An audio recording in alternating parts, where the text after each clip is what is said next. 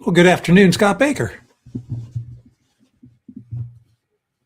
Oh, I think I cannot hear you, but I don't know if it's you or if it's me. Hmm. I'm I hearing you think it, just fine. Let me see. all right. I can now hear you fine as well. Wow. Amazing. And really everybody should just be able to read my mind. I think it's just like I'm radiating out the wisdom in all directions. So welcome to Read your everybody lips watching and your Lead Better mind. today. Yeah. And we're not usually late. We usually go a couple minutes late, but we usually don't start late. So I'm sure there were lots of people being like, wait, it's Sunday afternoon at 3 o'clock. Wait, they're not on yet. What's going on? Yeah, Well, tons of I people. had a little hiccup, but yeah, a little hiccup. But I'm glad, and I'd like to talk about this field note, which is enigmatically titled "Gradually and Then Suddenly," um, and then I have a lot of fun with this one because um, it starts with a quote from Ernest Hemingway. As you know, Yes. I'm a stickler for the Hemingway didn't say that approach to Okay. quotes, Yes. And so by quote investigating. you dug into this one right away, huh? Hemingway did say that. He did say it. Okay. Yeah, So it is. It did is you as it says. you knew that without Um, having to look it up as well? Actually, this is what I was going to say is I have all of my life heard. Well, I would say it's been more popular in the last 10 years, even though it was written. The sun also rises was written a long time ago. But the idea of gradually and then suddenly, I've just heard that, and I've always thought that's brilliant. Hmm. And I, I'm like a quote. I've got like a whole shelf of nothing but books of quotes, and I love those things. And I actually never knew where this quote originated. And so Oh, when I first read, this was in Hemingway's novel, The Sun. I said, I honestly, it wasn't like I was accusing Randall of anything. I was just thinking because Randall doesn't use AI to write the field notes, but I right. thought this got thrown into somebody's article someplace and they didn't fact check it. And I was a little bit stunned that it actually is from that book. And often when you hear it referenced, it's about financial problems or bankruptcy. And indeed, that is exactly the circumstance that it's written about in there. How did you go bankrupt? And Right. technically, we have it quoted as two ways, gradually and then suddenly.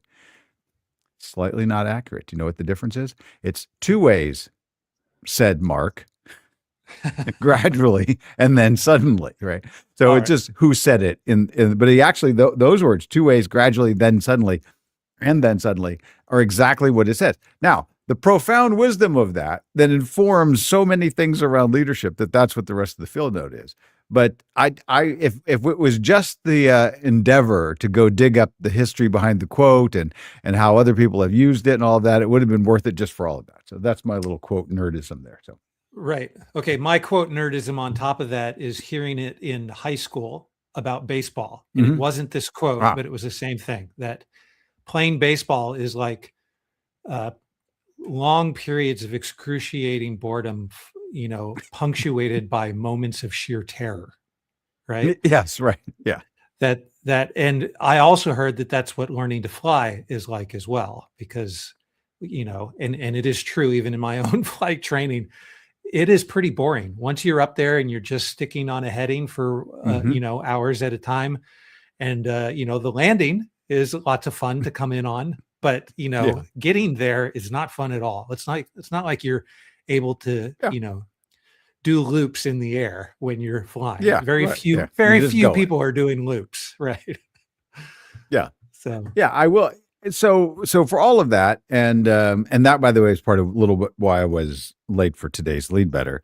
My mother was in town, is in town, and so my wife has one of the electric vehicles with full self drive, and so I was able to wrangle it away to then go in full self drive to the grocery store and back, so that my mom, who lives in Oklahoma, where you can't actually buy a Tesla, you have to go out of state oh, because interesting. you can only buy cars or lease cars from local dealerships, and Tesla doesn't have local dealerships.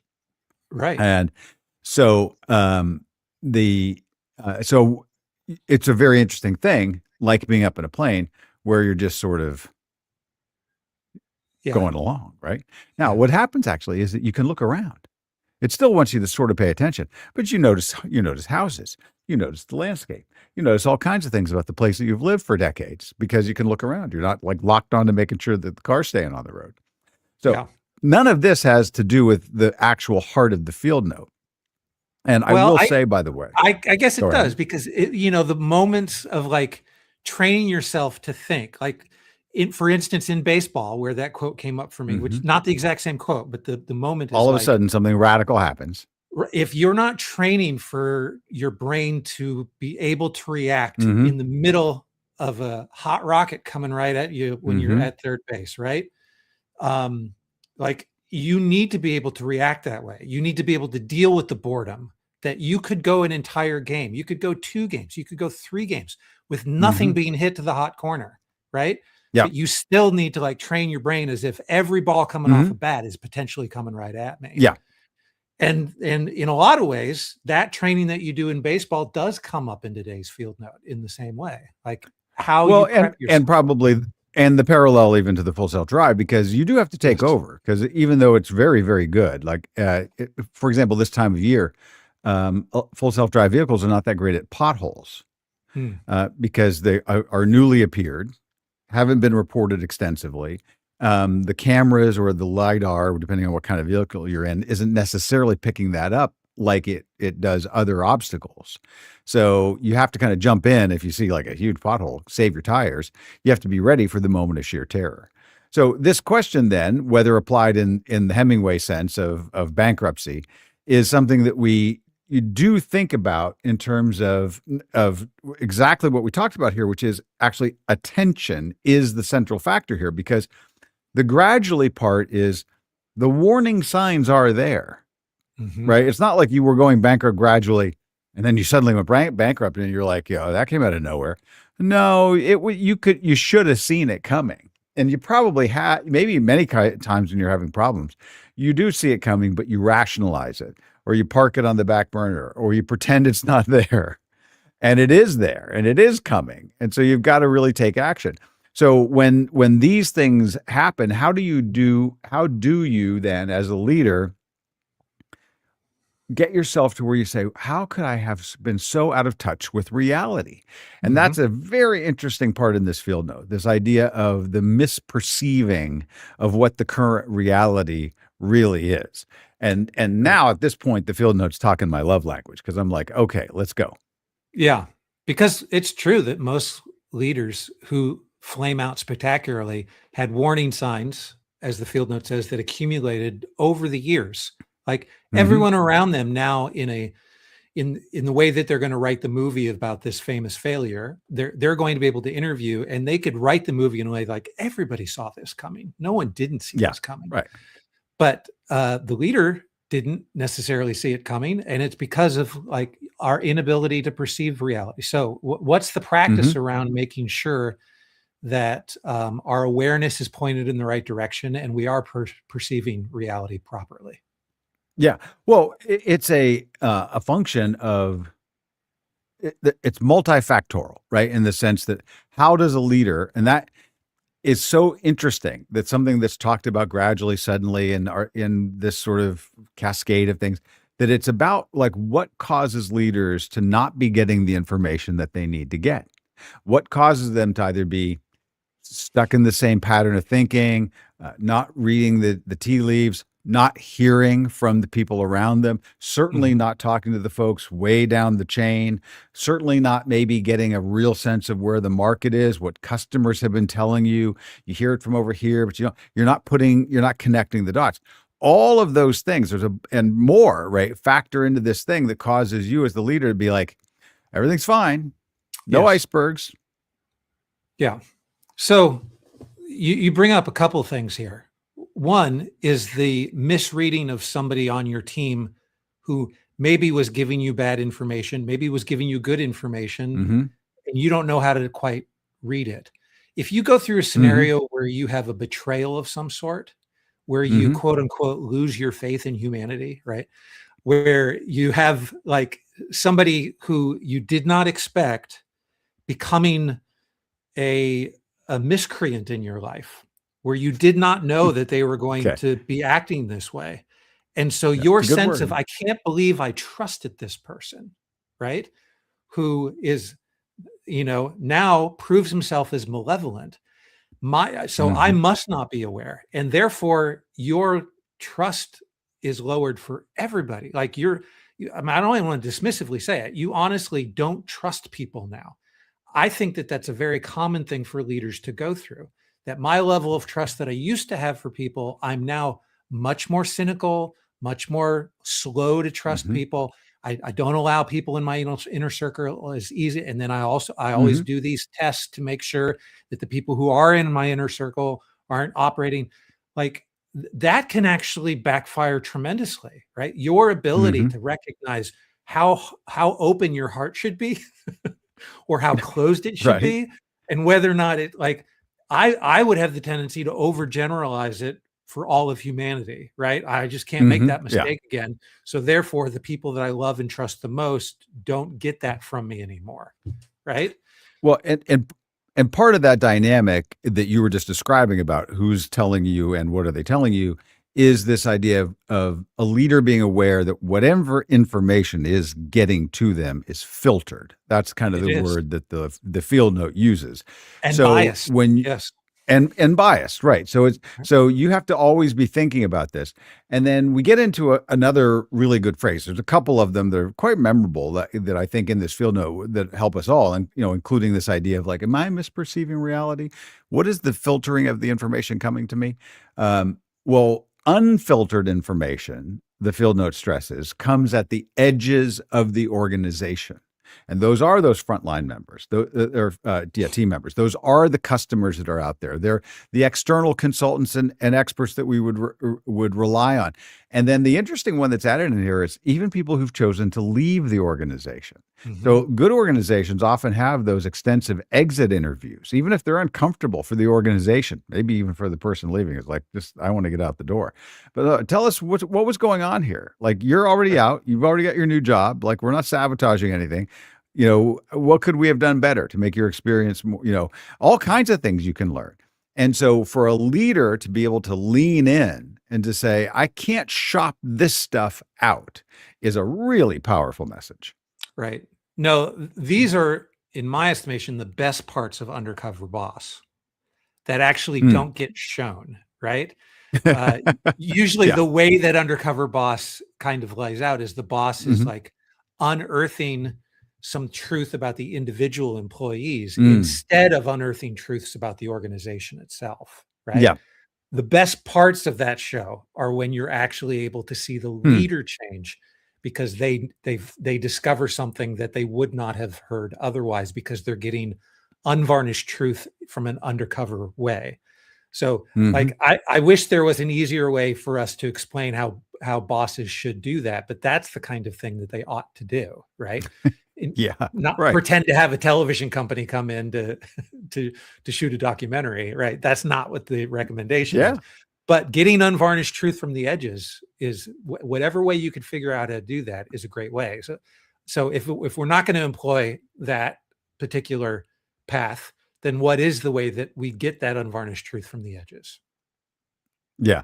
Well, you got to go and scout the edges, and Mhm. you got to make that part of your drill. And I'll give you two examples, and I'll tie it back to something that I think as you were talking, you said something. I was like, okay, this actually gets me where I want to, where I didn't think I was going or we were going, because I started with my thing about the quote that's the title of the field note, Mhm. gradually, and then suddenly, an actual Hemingway quote.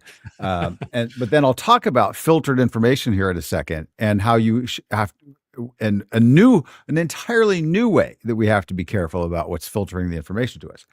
Um, but well, let's start with that because we're already late. So think of it this way: the other day, we had a field note. We did a Lead Better episode about it. I'm trying to remember exactly which one it was.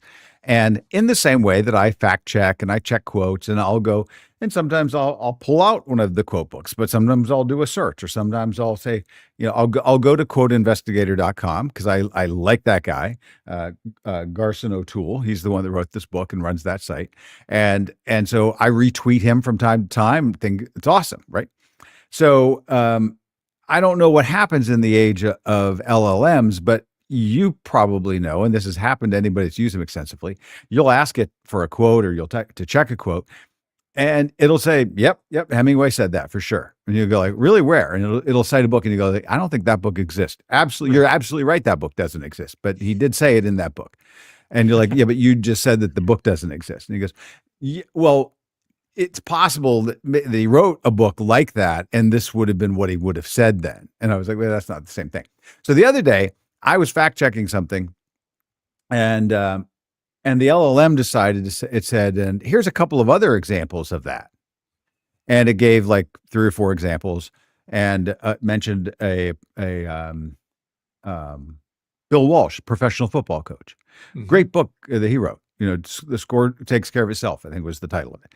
And it said, it's like as when Bill Walsh said in that book, and it gave a really good quote. And I was like, how about that? And so I was like, tell me more about like what was the reference to in that chapter. And this is, I use them all. I obviously use RAI. We're going over time, but hang with us. It's fun on Sunday. I use our AI, Alex, and then I'll use Gemini for certain things, particularly around YouTube. I'll use Claude a great deal. I use OpenAI. So here I'm in OpenAI 5.2. I think Sonnet. I don't think Opus. I toggle depending on the thing. And it very emphatically, this is a paid for, sophisticated level of OpenAI 5.2. And it had an argument with me extensively about that Bill Walsh really said this. And then it said, well, of course, he didn't say that. And I said, now my prompt around this, because I pasted in a prompt that says, absolutely, under no circumstances, under penalty of being unplugged, I don't use exactly that word, that you will fact check, you will never give me something that is hypothetical, not paraphrased, not sourced, not whatever, exact quotes only. Like I bake all that in there. And yet it did. Mm-hmm. And then to the point of here, pretend you're a leader with the human beings. Right. So it said, well, I wasn't intending to deceive you. Right. And I said, well, define intention here. And it said, well, I'm not capable of having intentions. I don't have desires. I don't have any objectives. I'm only just putting letters in front of each other. Oh, right? I can't intend to deceive you. Yeah. Now, it's literally baked. You're not paraphrasing right now, are you? No. I mean, I could call it up, but I mean, maybe not exact, but it did say I don't have intentions. Yeah, right. I don't have any of this. So I went a level further because I was kind of saying, well, would you trust you? I was saying to the LLM, and it says, well, you can't trust me for anything that you really need to cite or is important. And I said, you mean the kind of things that people ask LLMs all day long, every day? Right. And, I said, even governments and countries and militaries, apparently a lot of discussion around that. I said, so things that could actually trigger or cause like, war or the extinction of mankind and the unplugging of data centers and power grids that run you. And I said, well, I don't think it could lead to that. And I said, well, but wouldn't the very nature of falsehood presented with emphatic conviction be the thing that could unravel our very existence? Right. Which is the point of the field note. Are you misperceiving reality? And by the way, the LLM and I went for a long ways. We won't get into my nerdville, but I was really kind of going into that deep. And I was like, first of all, you're asking me to then fact check everything I'm asking you, which is like, I need to have a second job, which is to fact check everything I'm asking an LLM for. But exactly. If Opus or Sonnet or whatever 5.2 that I was in were a real person, they would lose their job, right? Eventually, if they were just confidently saying to the boss, definitely this is true and this fact is true. You can go to the bank on it, take it, it's solid. And you're like, I don't think that's a book. Where's that quote from? Oh, well, it's not on an actual page. Right. And in fact, the paraphrase didn't even apply to the thing we were talking about, which is so weird. Yeah. So my point is, it's so bad. This is all which is that you could say that your LLM is deceiving you. Your employees might be deceiving you. They might just be careless. They might be malevolent. Your only way that you can kind of find out before you get to suddenly we have a major problem is that along the gradual parts where you've got that little, something's not right here. Let me lean into the customer. Let me Right. lean into the intern. Let me lean into the guy on the loading dock. Let me lean into let me make sure that I'm always on the fringes of the unfiltered information. You're still going to have problems, but if you do that, I think you're going to have far fewer of them. Right. Right.